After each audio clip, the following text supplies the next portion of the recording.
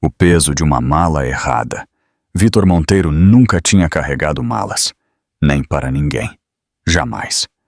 No entanto, naquela manhã, sob o teto frio e brilhante do terminal do aeroporto de Lisboa, ele segurava a delicada mala de designer de Natália com uma indiferença espantosa. Para ele, era um gesto inofensivo, uma mera conveniência, não uma mostra de devoção. Mas cada passo que ele dava pelo polido chão de mármore ressoava de maneira diferente. Natália caminhava ao seu lado, esbelta e elegante, o seu vestido cor de creme a esvoaçar suavemente enquanto ela ajustava os seus óculos de sol. O seu sorriso era pequeno, privado, o tipo de sorriso que uma amante usa quando pensa que finalmente venceu. Ele não a olhava, não tinha por que o fazer. O seu aperto na mala dela era resposta suficiente. O terminal de luxo zumbia à sua volta, executivos apressados, pessoal impecavelmente vestido a verificar passaportes, e música ambiente que se desvanecia no distante anúncio de voos de partida. Um jato privado os esperava, mas Natália insistiu em caminhar pela zona de partidas. Queria ser vista com ele. Vitor não se opôs. Por que o faria? Pela primeira vez, ele sentia que tinha o controle da sua própria narrativa, até que num instante ele deixou de o ter. Primeiro, o silêncio. Depois, o peso do mutismo, enquanto os estranhos paravam de se mover. As conversas cortaram-se a meio da palavra. Os telemóveis levantaram-se, não para chamadas, mas para câmaras. Vitor seguiu o olhar deles instintivamente. O seu coração abrandou até ao ponto da paragem. No final do terminal, parada, inquietantemente e imóvel no meio do caos matinal, estava Emília, a sua esposa. Ela não usava maquilhagem. O seu rosto estava pálido pela exaustão, os seus olhos mais escuros do que ele se lembrava. Mas a última coisa que Vitor viu não foi o seu rosto. Foram as 4 crianças pequenas que a rodeavam. 4 crianças, idênticas, cada uma agarrada firmemente à sua saia. Os seus pequenos casacos a condizer, quase fantasmagóricos contra o chão polido. Os seus quadrigêmeos. A mão de Vitor abriu-se reflexivamente. A mala de Natália escorregou-lhe dos dedos, batendo no chão com um som muito mais forte do que o seu peso justificava. A sua boca moveu-se, mas não produziu palavras. O suor picava-lhe por baixo do seu caro fato. O tempo fraturou-se. Emília não se moveu, não falou. Só olhou fixamente, através dele. Não para ele. A sua expressão não era de raiva. Era pior. Era pena. Flash. A primeira câmara captou, depois outra e outra. Passageiros que outrora invejaram. Vitor Monteiro agora gravavam a sua queda. Fotograma a fotograma, em alta definição. Vitor! Sussurrou Natália, com a voz quebrada. Ele não a ouviu. Os seus pés não se moviam. A sua mente rodopiava, a reproduzir inutilmente conversas, desculpas, planos. Nada encaixava neste momento. Nenhuma contingência o preparou para Emília parada ali, com a prova da sua negligência agarrada às suas mãos a tremer. As crianças olharam para ele confusos. Um deles apontou com um dedo gordinho, a puxar a manga de Emília. Pai! Emília encolheu-se. O estômago de Vitor torceu-se violentamente. As pessoas agora sussurravam, os telemóveis inclinados para obter melhores fotos. Os sussurros tornaram-se murmúrios, depois perguntas audíveis. É essa a esposa dele? São esses os filhos dele? Quem é a mulher com ele? Natália recuou, como se a distância física pudesse apagar a sua implicação. Olhou de Emília para Vitor, e de novo. Os seus lábios tremiam. Ela apercebeu-se demasiado tarde do que todos os outros já entendiam. Ela não era a mulher a quem Vitor pertencia. Ela era a prova da sua traição. Emília! A sua voz quebrou-se como a de um homem que não reconhece o seu próprio nome. Ela finalmente moveu-se. Passos lentos e deliberados em direção a ele, não para encurtar a distância, mas para o ferir com cada centímetro da sua compostura. As crianças seguiram-na, os seus passos irregulares, inseguros. O coração de Vítor batia-lhe contra as costelas, desesperado, inútil. Emília parou mesmo antes dele. A sua voz era quase um sussurro, mas cada sílaba o despedaçava. Foi para isto que tu a carregaste? Ela não esperou pela sua resposta. Não precisava dela. Virando-se para os seus filhos, agachou-se, levantando o mais pequeno nos seus braços, como para o proteger. E depois caminhou, mesmo ao lado de Vítor, de Natália, dos repórteres que se reuniam na entrada. Vítor viu-a ir, incapaz de a seguir, e em algum lugar na multidão, a voz de um jornalista perfurou o silêncio. Vítor Monteiro, pode explicar-nos isto? Mas ele não pôde. Por quê? Como é que se explica carregar a mala da mulher errada, quando a tua vida real acabou de passar ao teu lado a segurar o teu legado? Os flashes continuaram, mas Vítor já não os via, nem mesmo quando as primeiras lágrimas caíram. Vítor não se moveu. Nem quando Emília passou por ele, nem quando os flashes se tornaram cegantes, nem quando alguém gritou o seu nome pelos altifalantes do terminal. Não foi até que o primeiro jornalista se aproximou, a empurrar-lhe um microfone na cara, que ele piscou. Vítor Monteiro, são esses os seus filhos? Quem é a mulher consigo? O seu casamento acabou? Ele abriu a boca, mas a sua garganta estava seca, estrangulada pelo pânico. Os seus olhos procuraram desesperadamente Emília, mas ela já estava uns passos à frente, a carregar uma das crianças e a guiar as outras para a frente, os seus pequenos rostos confusos e cansados. Emília, espera! A sua voz quebrou-se. Ela não o fez.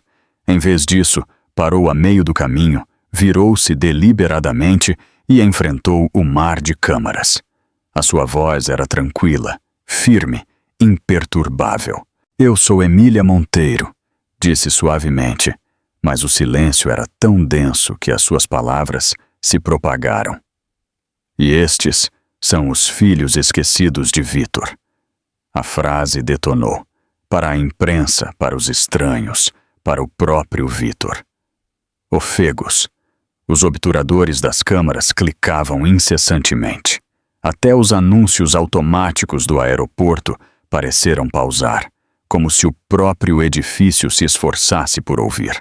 O coração de Vítor agitava-se contra as suas costelas. Emília! Não. Ele tentou avançar, mas a segurança, alertada pela multidão crescente, interpôs-se entre eles.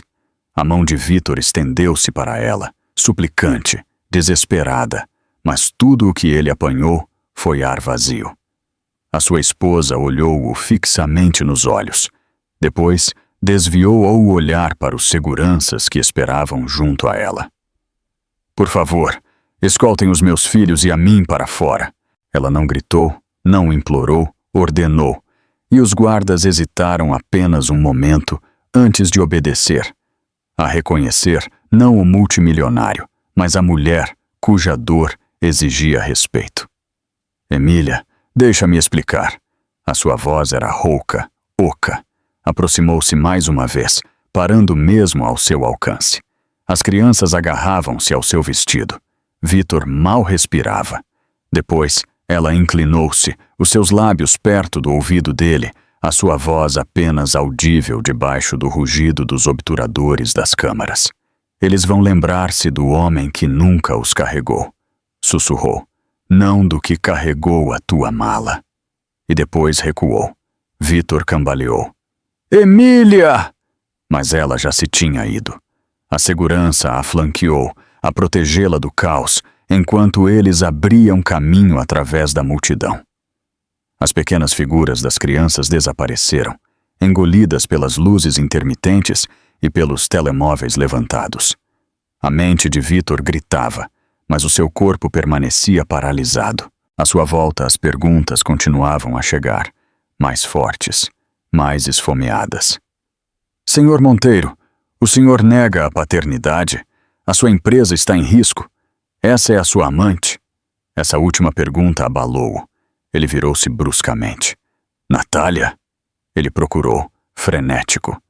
Mas o lugar onde ela tinha estado há apenas uns minutos estava vazio. Nem rasto do vestido creme, nem das suas mãos a tremer, nem da sua presença. Ela tinha ido embora, desaparecida na confusão em que ela o tinha deixado. Vitor olhou para baixo, desorientado. A mala de designer dela jazia esquecida aos seus pés. O absurdo daquilo torceu algo muito dentro dele. As câmaras, o barulho, a traição agora pública, irreversível. E naquele momento ele apercebeu-se do que o mundo via agora. Um multimilionário sozinho no terminal de um aeroporto, rodeado de perguntas, sem esposa, sem filhos. Apenas a carga de uma mala que ele nunca devia ter carregado. Lá em cima, o anúncio do terminal ressoava cruelmente. Embarque imediato. Vitor Monteiro permaneceu imóvel, enquanto o mundo observava o seu colapso ao vivo.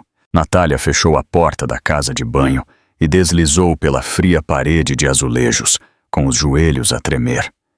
O ruído do terminal lá fora estava abafado aqui, mas o bater do seu coração rugia mais alto do que qualquer som. Ela olhou para o pequeno e rachado espelho sobre o lavatório. O seu rímel estava borrado, as suas bochechas avermelhadas. Mas não era a exaustão, nem o medo que a assustava agora. Era o reconhecimento. Quem sou eu para ele? A sua respiração era curta e entrecortada. Minutos antes, ela tinha estado ao lado de Vitor Monteiro, o multimilionário que ela alguma vez acreditou que era o seu futuro. Agora, ela estava sentada sozinha, a agarrar os seus braços, a tremer apesar do calor. Em algum lugar naquele terminal, a sua esposa segurava os seus filhos, os filhos cuja existência Natália nem sequer tinha conhecido. A sua mente revivia tudo, fragmento por fragmento. Vitor a carregar a sua mala, os flashes das câmaras e depois o rosto de Emília, tranquilo, poderoso, o tipo de mulher que Natália alguma vez invejou. Agora, ela a temia. Ela enterrou a sua cara nas mãos, mas as memórias amontoavam-se, implacáveis. Flashback. O apartamento de Vitor, a primeira noite que ela ficou para dormir.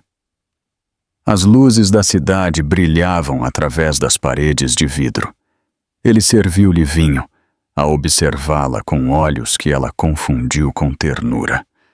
Ela não me entende, Natália, sussurrou. Tu entendes, Natália. De 24 anos e perdidamente apaixonada. Acreditou nele. Ele tocou a sua bochecha, lento, deliberado. Eu estou preso naquele casamento contigo. Eu não consigo respirar. Ela lembrava-se das palavras exatas, da forma como ele as disse, da forma como elas se sentiram como verdade. Agora, ela as ouvia de forma diferente. Outro flashback. O seu primeiro trabalho de modelo cancelado, depois de Vitor ter visto as fotos. Tu não precisas mais delas, ele lhe disse. Deixa-me cuidar de ti. Ela tinha sorrido, mas ela tinha acreditado que isso era amor. Na casa de banho, Natália fechou os olhos com força, a odiar-se pela memória. Há quanto tempo ela tinha sido um substituto? Um suplente? Tinha ela sido a sua rebelião contra Emília ou a sua apólice de seguro? O pior pensamento de todos rastejou, frio e lento. Talvez eu nunca tenha sido nada. As lágrimas embaçaram a sua visão, enquanto os seus dedos se cravavam na sua pele. Ela pensou nas promessas de Vitor. Como ele falava de Emília, como se ela fosse gelo. Controladora, distante. Mas a mulher que ela viu hoje não era fria, era forte. E Vitor? Ele tinha se visto mais pequeno do que ela nunca o tinha visto. Natália saltou por um golpe na porta da casa de banho. O seu corpo inteiro encolheu. Menina, a senhora está bem? A voz de uma empregada de limpeza. A voz de Natália quebrou-se quando ela respondeu. Eu só preciso de um minuto. Os passos desvaneceram-se.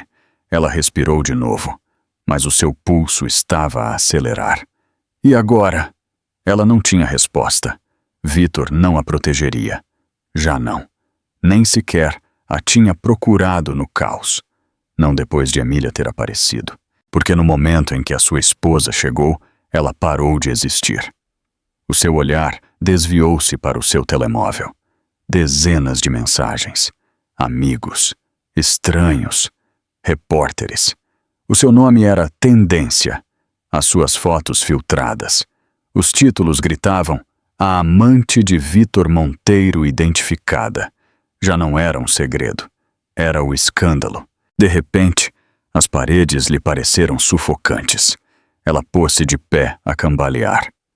Caminhou para o lavatório.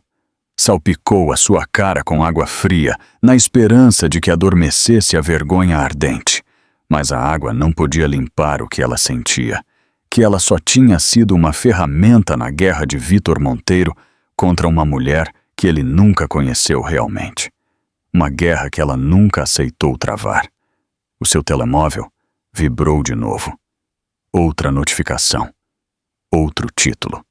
Ela deixou-o cair, deixando-o bater no chão. Quando ela finalmente voltou a olhar-se no espelho, ela viu-o. O fim da ilusão. Sem glamour. Sem futuro. Sem ele. Só Natália. E o seu erro. Um único pensamento ressoou na sua mente. Eu tenho de sair. Não só desta casa de banho. Da cidade. Da história. Dele. Ela alcançou o seu telemóvel com mãos a tremer e abriu a sua última aplicação de viagens partilhadas. Um destino veio-lhe à mente. Um lugar onde ele nunca a procuraria. Ela saiu da casa de banho, a abrir caminho através da multidão de passageiros que esperavam. Ela apercebeu-se de algo mais escuro. Ela não estava a fugir de Emília.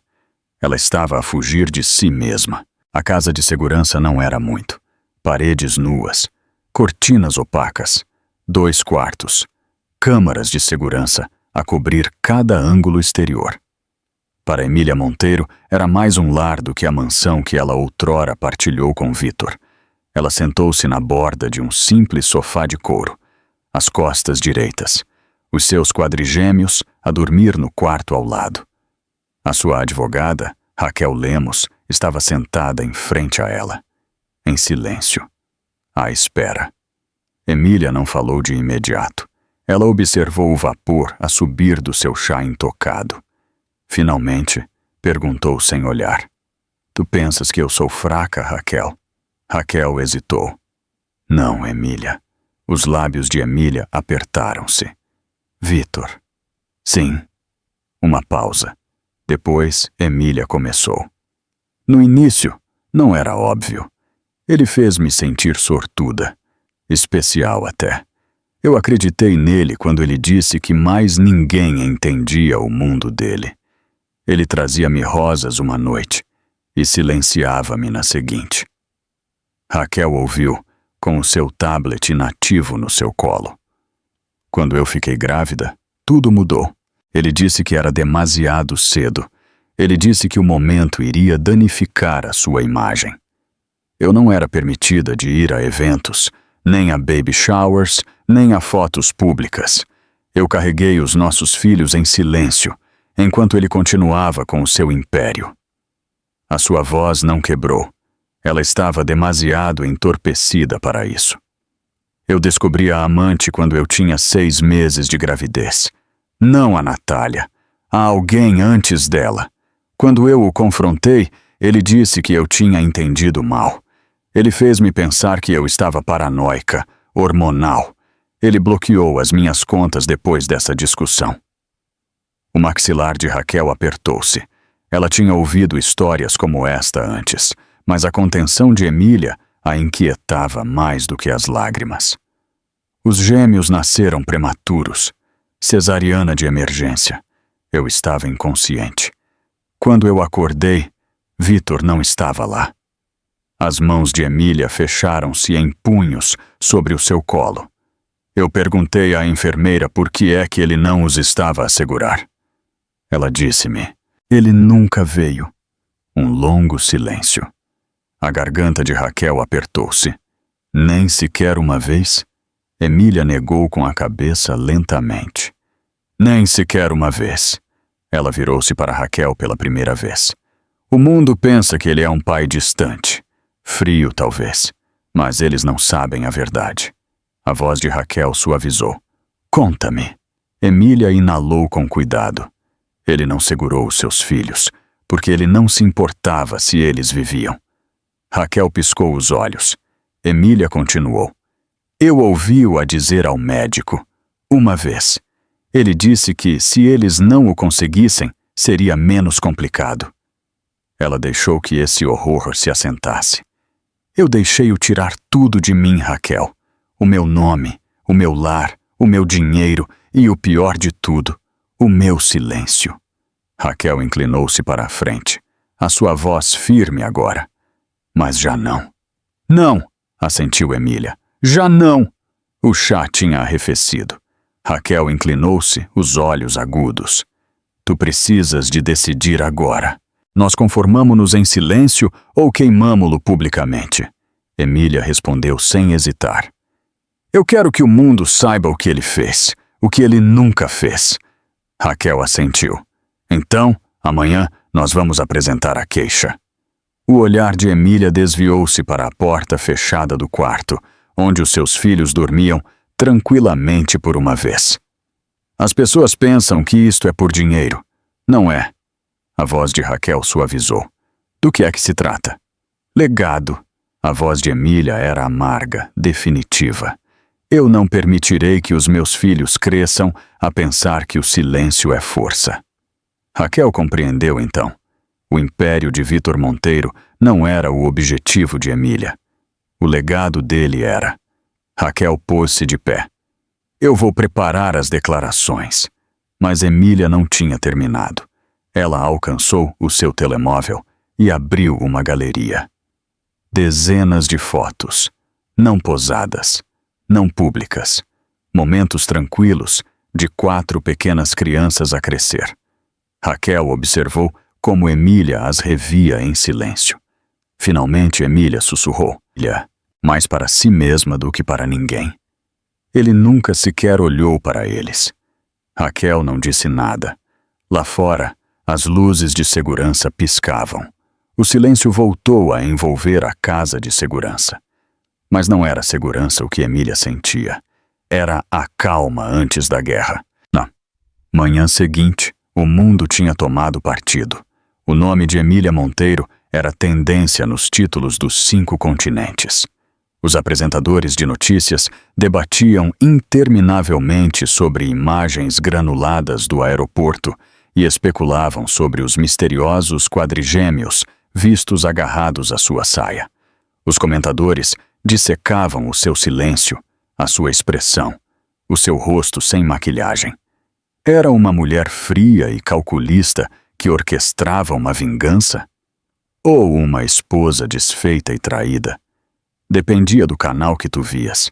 A equipa de relações públicas de Vitor Monteiro moveu-se rapidamente. Um comunicado cuidadosamente redigido foi filtrado em questão de horas. O Sr. Monteiro lamenta profundamente a dor emocional causada por assuntos privados que se tornaram públicos. Ele continua empenhado no seu papel como pai e solicita privacidade para os seus filhos. O título virou Um Pai Incompreendido. Vitor gostou dessa frase.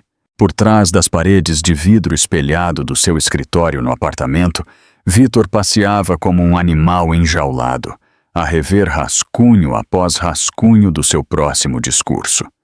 O seu assistente pessoal esvoaçava nervosamente perto. Controlar a narrativa, murmurou. Isso é a única coisa que importa.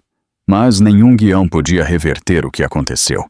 Em algum lugar muito profundo, Vitor sabia que tinha carregado a mala errada. E agora, os meios de comunicação social encarregavam-se da história. Do outro lado da cidade, Natália observava os mesmos títulos. O seu nome, as suas fotos, a sua carreira. Destruída. A imprensa tinha demorado menos de 12 horas a encontrar os seus perfis de modelo, as suas velhas fotos do Instagram, as suas entrevistas sobre o empoderamento feminino. Agora, cada imagem tinha um novo pé de foto. A amante que destruiu um casamento multimilionário. Os comentários online preencheram a sua caixa de entrada. Prostituta, caça-fortunas, destruidora de lares. Ela quase acreditou neles. Ela desligou seu telemóvel, mas o silêncio não ajudava. Natália estava aninhada no chão de um apartamento emprestado, os seus joelhos apertados contra o peito, rímel borrado pelo choro. As persianas corridas para evitar a luz do dia. Vitor não tinha ligado. Ela odiava-se por esperar por ele. Na televisão. Os analistas especulavam sobre o seu papel no escândalo, como se a sua vida fosse um argumento secundário na queda de Vitor. Um comentador riu cruelmente. Ela pensava que era especial? Isso é o que as amantes sempre pensam. Natália fechou os olhos. Talvez ele tivesse razão. Do outro lado da cidade, na tranquilidade da sua casa de segurança, Emília estava sentada, a observar a mesma cobertura. Mas onde Natália chorava, Emília só observava em silêncio, a sua expressão ilegível. Cada insulto que lhe era atirado não a feria. Cada acusação de ser fria só confirmava o que lhe tinham ensinado. Que uma mulher que não chora é perigosa. Que uma mulher que fala é ingrata. Vitor tinha-a ensinado bem, mas agora o mundo podia ver. E Emília tinha a intenção de os deixar. De volta ao seu apartamento, Vitor ensaiava. Isto foi um mal-entendido. A minha esposa e eu temos diferenças. Sim, mas... Ele parou, frustrado. O assistente esperou. Depois hesitou. Senhor, com respeito, as pessoas podem não acreditar nele. Vitor virou-se lentamente, com os olhos penetrantes. Eu construí o horizonte desta cidade. O seu assistente não disse nada. O telemóvel de Vitor vibrou. Ele verificou, à espera de apoio. Em vez disso, a mensagem de texto do seu conselheiro legal gelou-o. Ela contratou Raquel Lemos. A mão de Vitor apertou-se à volta do telemóvel. Lemos não era uma advogada de divórcios. Era uma estrategista de guerra. A sua boca secou. Vitor olhou pela janela, para a cidade que ele outrora possuía, a perceber-se de que ele já não estava a escrever o guião. Emília, sim. E ela não tinha pressa. Nas telas do mundo, o seu silêncio falava mais alto do que as palavras cuidadosamente elaboradas de Vitor. Os meios de comunicação social não cobriam um escândalo. Eles estavam a testemunhar uma execução pública. Vitor Monteiro simplesmente não sabia se era a vítima ou o criminoso. Natália esperou em silêncio. A suíte do hotel era demasiado perfeita. Paredes bege, detalhes dourados, luxo estéril. Como a vida que ela outrora tinha sonhado. Agora. Ela estava sentada na borda de uma cadeira de veludo, a torcer os seus dedos a tremer. Cada segundo arrastava-se. Ela quase fugiu quando a porta clicou. Emília. Ela entrou, sem segurança, sem advogada, só ela. Tranquila, controlada, aterradora. Ela fechou a porta suavemente atrás dela. O clique mais alto do que o bater do coração de Natália. Nenhuma das duas mulheres falou. Natália pôs-se de pé. Demasiado depressa. A sua voz quebrou-se. Eu sinto muito. Eu não sabia. Emília levantou uma única mão. Natália ficou em silêncio. Emília atravessou a sala com passos cuidadosos e deliberados. Não se sentou. Parou em frente a Natália. o olhar fixo. Eu sei por que é que tu me chamaste. Natália engoliu em seco. Eu preciso de saber se tudo foi uma mentira. Emília inclinou ligeiramente a cabeça. Tu queres que eu te diga a verdade sobre Vitor? Natália assentiu. A voz de Emília era tranquila. Demasiado tranquila. Bem, ele não passeou, não deu sermões. Ela contou a história. Eu conheci-o quando eu tinha a tua idade, 24. Ele disse que eu era diferente, especial, a única que via o homem por trás do império. Os lábios de Natália entreabriram-se, o horror a apoderar-se. O tom de Emília nunca mudou. Ele disse-me que as suas és não o entendiam, que ele se sentia preso, que eu era a sua liberdade. Os joelhos de Natália fraquejaram ligeiramente. Ela sentou-se sem querer. Emília continuou. Quando eu fiquei grávida, ele disse que não era o momento certo. Ele disse que isso iria danificar o futuro dele. Eu acreditei nele. Os seus olhos piscaram então, brevemente, um vislumbre de algo cru. Eu passei a minha primeira gravidez sozinha numa mansão, com as minhas contas bloqueadas, com o pessoal instruído para não me falar a menos que fosse necessário. E a garganta de Natália apertou-se. Eu pensei que tu eras o problema.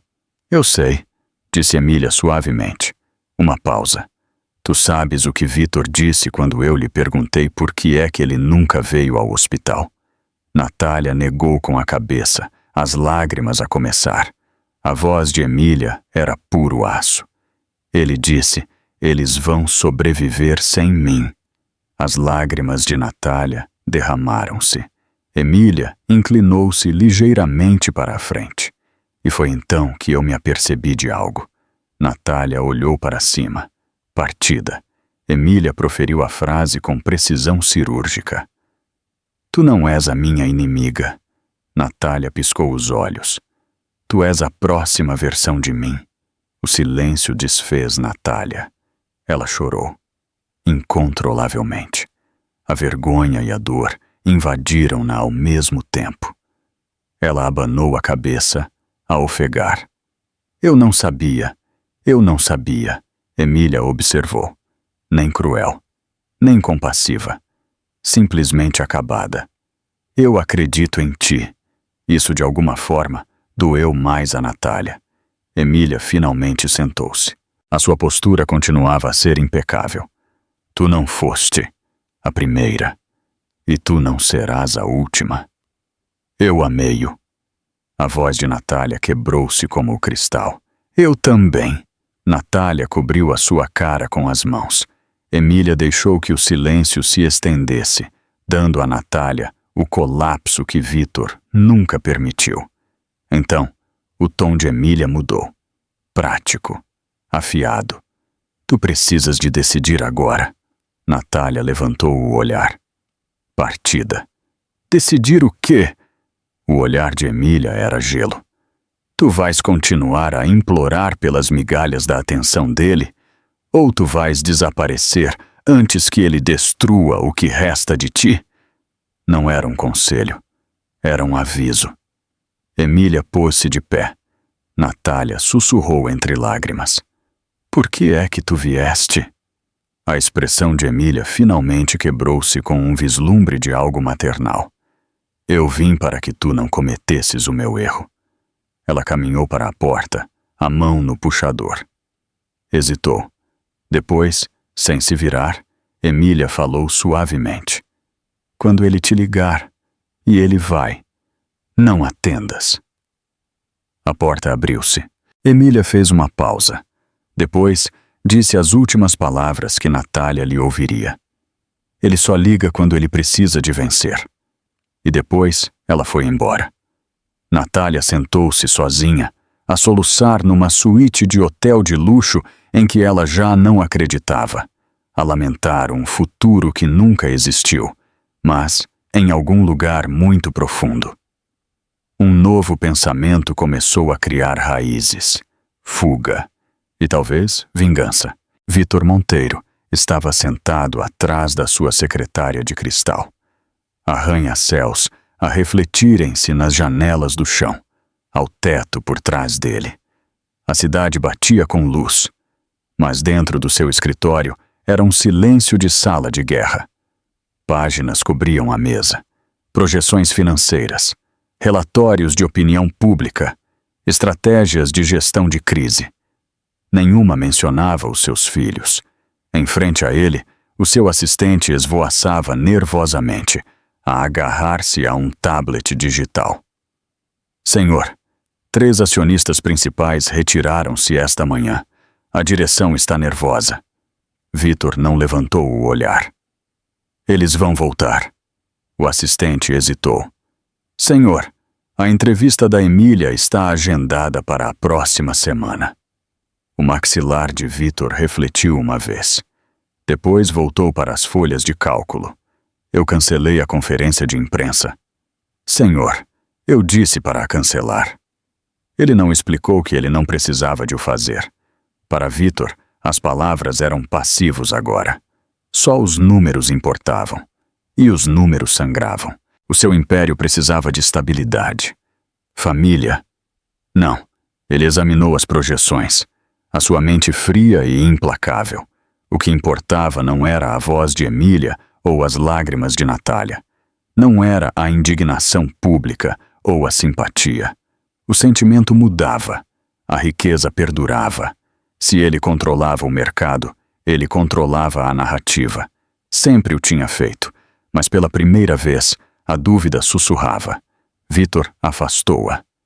Envie uma oferta ao escritório da Lemos, disse secamente. Uma oferta? Dinheiro, propriedades, o que ela quiser. Compre o silêncio da Emília. O assistente assentiu cautelosamente, embora ambos soubessem que Lemos não transigiria. Vitor voltou para os seus ecrãs, despreocupado. Para ele. Emília não era uma esposa. Era um centro de custos. E os filhos? Ele nunca os tinha visto como reais. 4 caras idênticas que ele tinha evitado desde o momento em que nasceram. Os bebés eram complicações.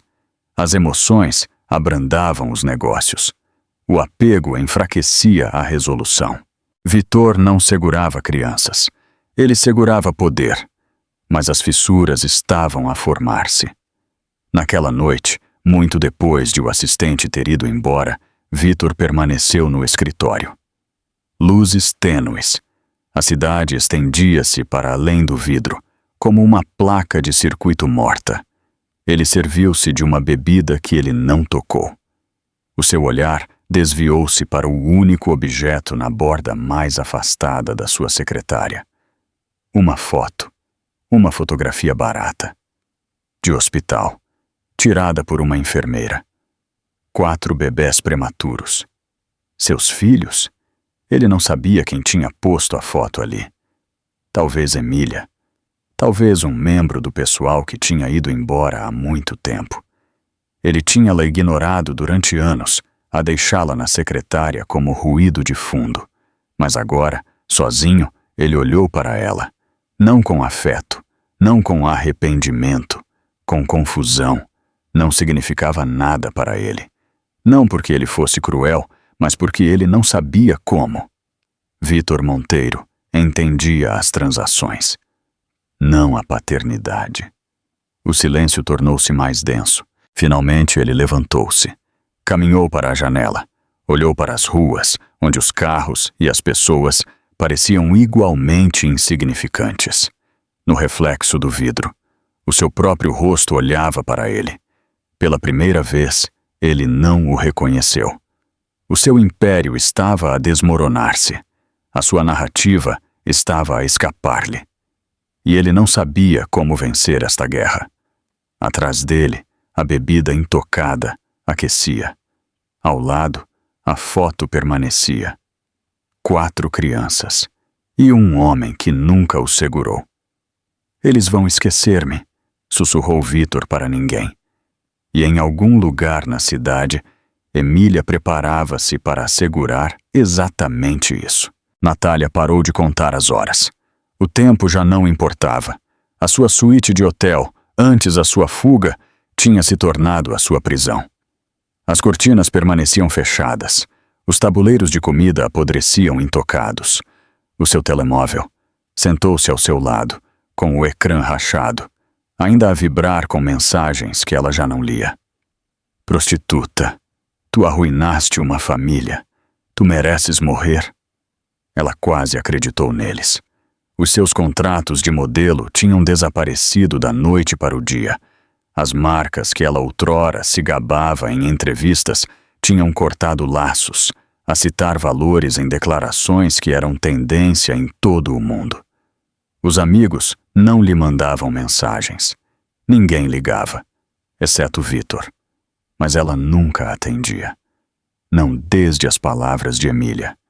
Quando ele te ligar, e ele vai, não atendas. Agora. O silêncio do seu telemóvel era mais alto do que os seus toques.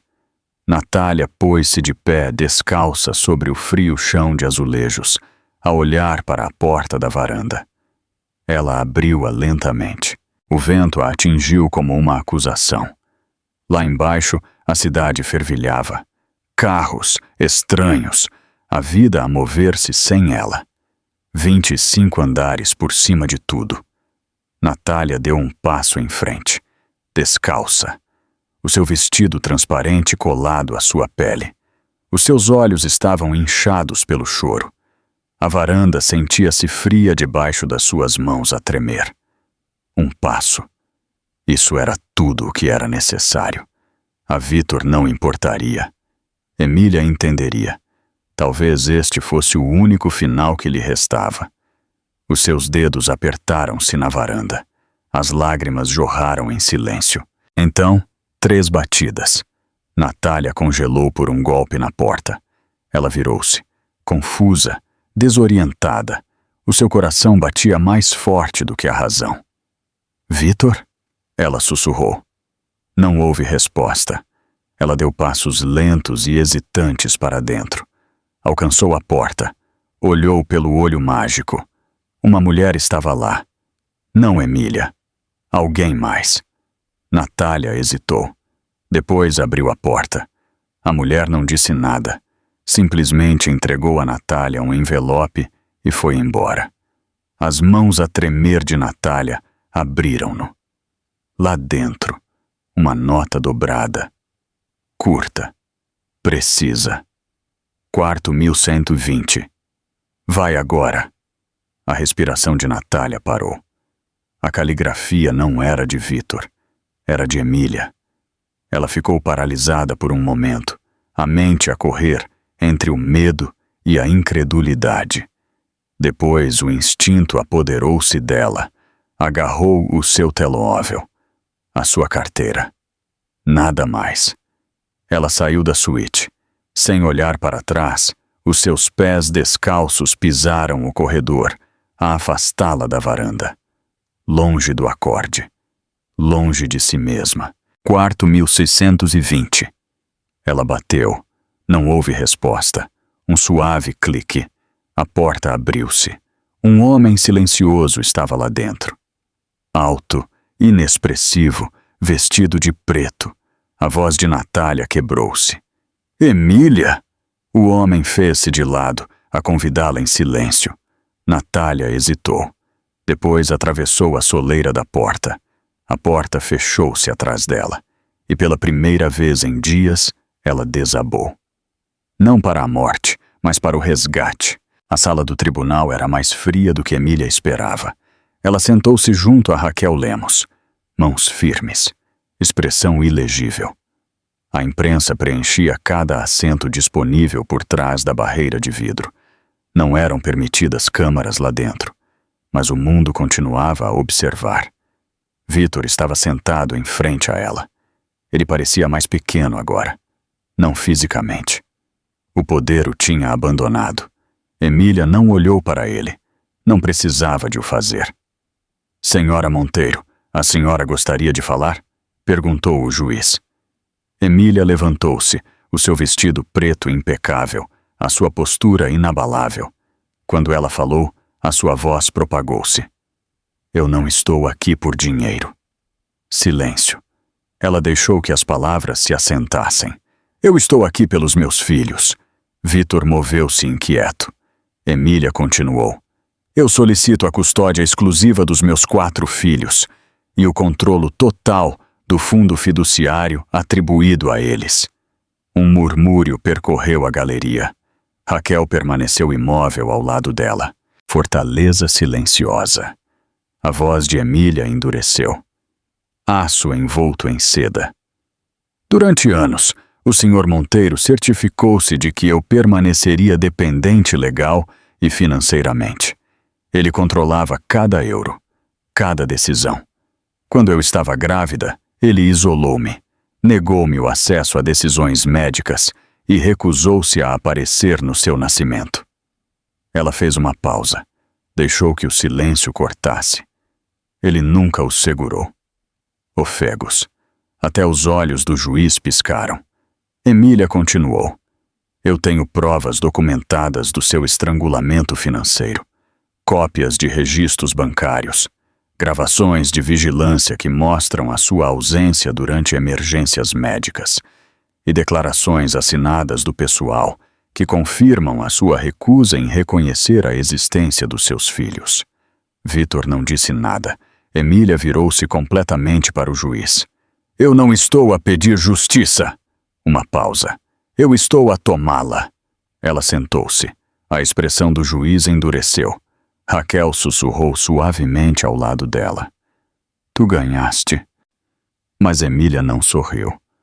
Do outro lado da sala, os advogados de Vitor levantaram-se, a tentar controlar os danos. Gíria legal, interesses corporativos, termos como má comunicação, estruturas familiares complexas, violação da privacidade. Vitor nunca falou. Ele ficou imóvel, silencioso, mas impotente. À meio da tarde, o veredicto foi rápido. Custódia total concedida a Emília Monteiro. Controlo do fundo fiduciário. Centenas de milhões, transferidos para a sua autoridade. Vitor reteve os direitos de visita. Os olhos de Emília permaneceram em branco ao ouvir isso. Ela sabia que ele não os usaria. Quando o martelo do juiz finalmente caiu, Raquel tocou-lhe no braço suavemente. Está feito. Emília pôs-se de pé. Vitor permaneceu sentado. Pela primeira vez, Emília permitiu-se olhar para ele. Não com ódio, não com medo, com nada.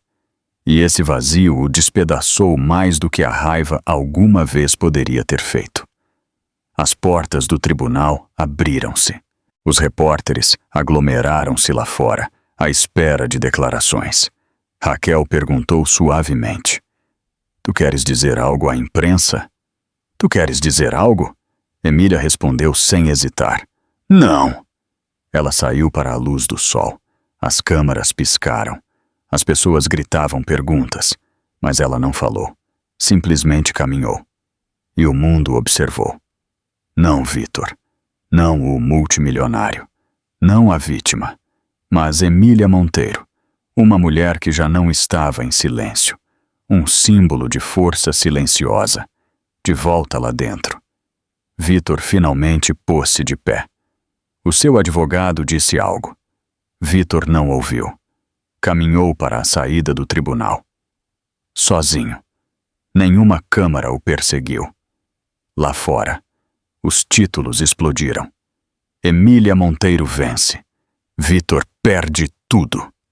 De volta ao seu apartamento, Vitor serviu-se de uma bebida, mas não a bebeu. Observou as notícias até que o copo lhe escorregou da mão e se fez em cacos. O império que ele tinha construído estava a arder. Não por um escândalo, por uma mulher que se recusou a permanecer invisível. E naquele momento Vitor Monteiro compreendeu. Ele já não era a história. Emília, sim. Vitor Monteiro vivia em silêncio agora. A sua vivenda, empoleirada num penhasco privado, dominava o oceano em que ele já não nadava. As paredes de cristal, iluminadas pela luz do sol, que ele nunca notava. O pessoal ia e vinha sem palavras. As refeições permaneciam intocadas. O poder nunca se tinha sentido tão vazio.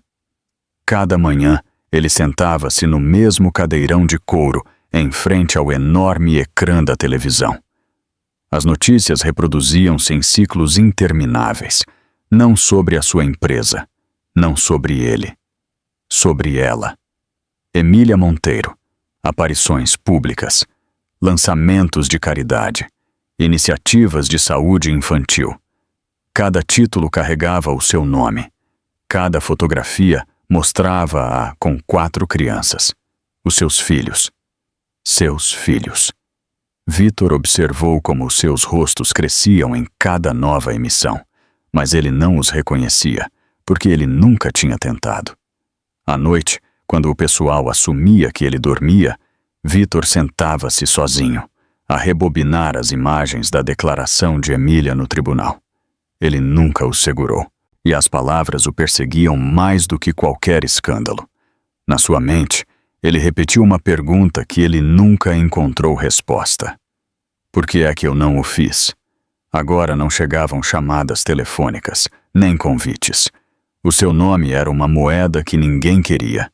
Impotente, sem amor, esquecido. Esse era o preço, e ele pagou-o sozinho.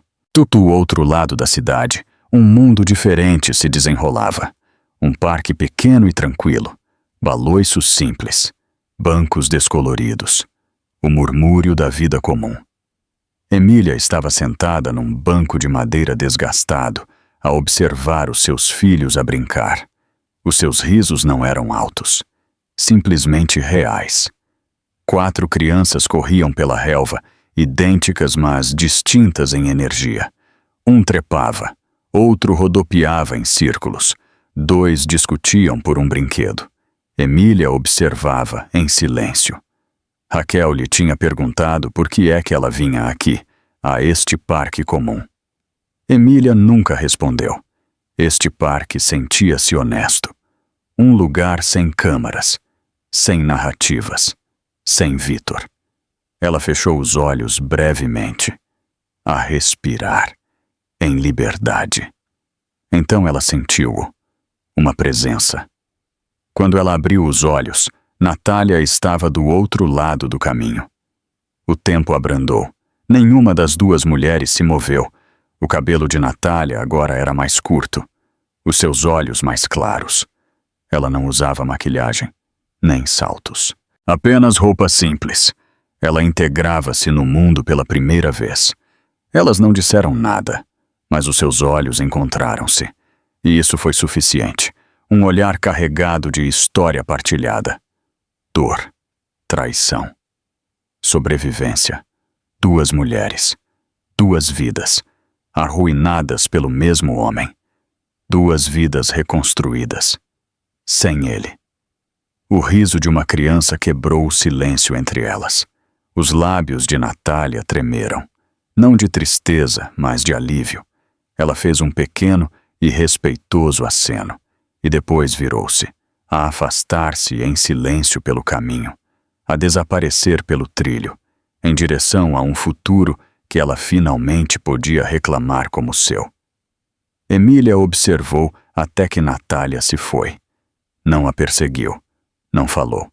Simplesmente virou-se para os seus filhos. Ela não precisava de olhar por cima do ombro. Algumas guerras não precisam de vencedores, apenas de finais. De volta à vivenda. A bebida de Vitor permaneceu intocada. O sol pôs-se para além do oceano. Atingir o horizonte de vermelho. Vitor voltou a carregar no play. O mesmo clipe. A voz de Emília. Eu não estou a pedir justiça. Eu estou a tomá-la. Enquanto o ecrã piscava na escuridão, Vitor sussurrou para a divisão vazia. Eu podia ter arranjado. Ninguém respondeu, porque ninguém ouvia. Vitor Monteiro, outrora o homem que possuía a cidade, agora via o seu império em ruínas, os seus filhos estranhos, e a mulher que ele subestimou de pé debaixo da luz que ele pensou ser sua. O preço do poder não era perdê-lo tudo, era aperceber-se demasiado tarde do que realmente se sentia não ter nada. E em algum lugar, longe da sua vista, os seus filhos aprenderam a rir sem ele.